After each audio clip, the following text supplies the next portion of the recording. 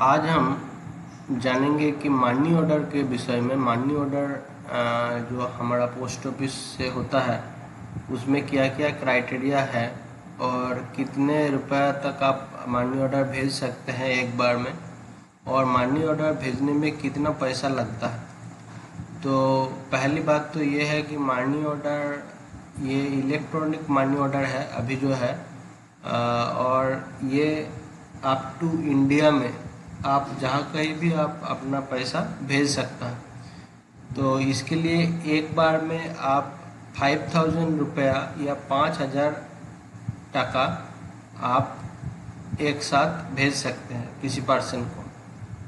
तो ये है ईएमओ का लिमिट। अगर आप चाहते हैं कि किसी पर्सन को 25,000 भेजना तो आपको 5 ईएमओ करना पड़ेगा, वो भी 5,000 का, ठीक है। लेकिन आप एक ईएमओ में 25,000 नहीं भेज सकते। ईएमओ का जो कमीशन का रेट होता है, मतलब 20 रुपये भेजने में आपको 1 रुपये लगेगा। 100 रुपये में आपको 5 रुपये गवर्नमेंट को एज ए टैक्स पे करना पड़ेगा, ठीक है। तो इसी हिसाब से होता है। कोई अगर 1,000 रुपये एक जगह से दूसरी जगह भेज रहा है तो 20 रुपये में 1 रुपये और 100 रुपये में ऐसे करके 5 रुपये और 1,000 रुपये में 50 रुपये उसको लगेगा, ठीक है। तो यही है इलेक्ट्रॉनिक मनी ऑर्डर या ईएमओ भेजने का फ़ायदा। और ईएमओ के माध्यम से जो टाका पेई को पेमेंट होगा वो जब पेई रिसीव करेंगे तो रिसीव वाला सिग्नेचर का कॉपी आपके पास फिर से लौट के आएगा।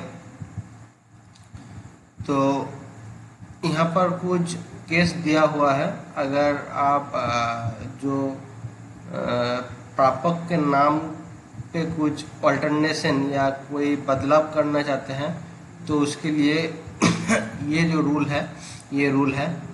और अगर आप मनी ऑर्डर इशू कर दिए हैं उसके बाद इसको रोकना पसंद करते हैं तो आप रोक भी सकते हैं विदाउट एनी एडिशनल फी।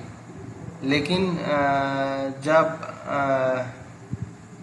आप कोई मतलब पेई का नाम में कोई चेंज करना चाहते हैं तो उस वक्त आपको फिर से कमीशन भरना पड़ेगा। मतलब अगर आपने 100 रुपया किसी को मनी ऑर्डर भेजा है, उसके बाद आप रास्ते में बोल रहे हैं जब तक वो बिल ही नहीं हुआ तब तक आपको ये फैसिलिटी है कि आप वो चेंज कर सकते हैं वो पेई का नाम।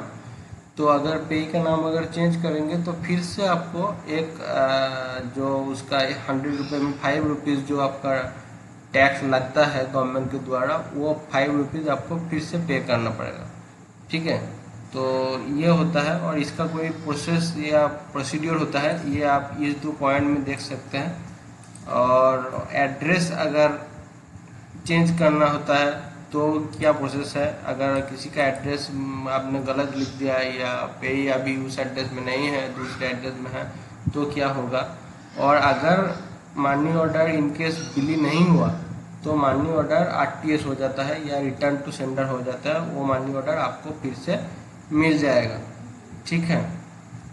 तो यही है मनी ऑर्डर जो इंडिया में होता है, इंडिया के अंदर।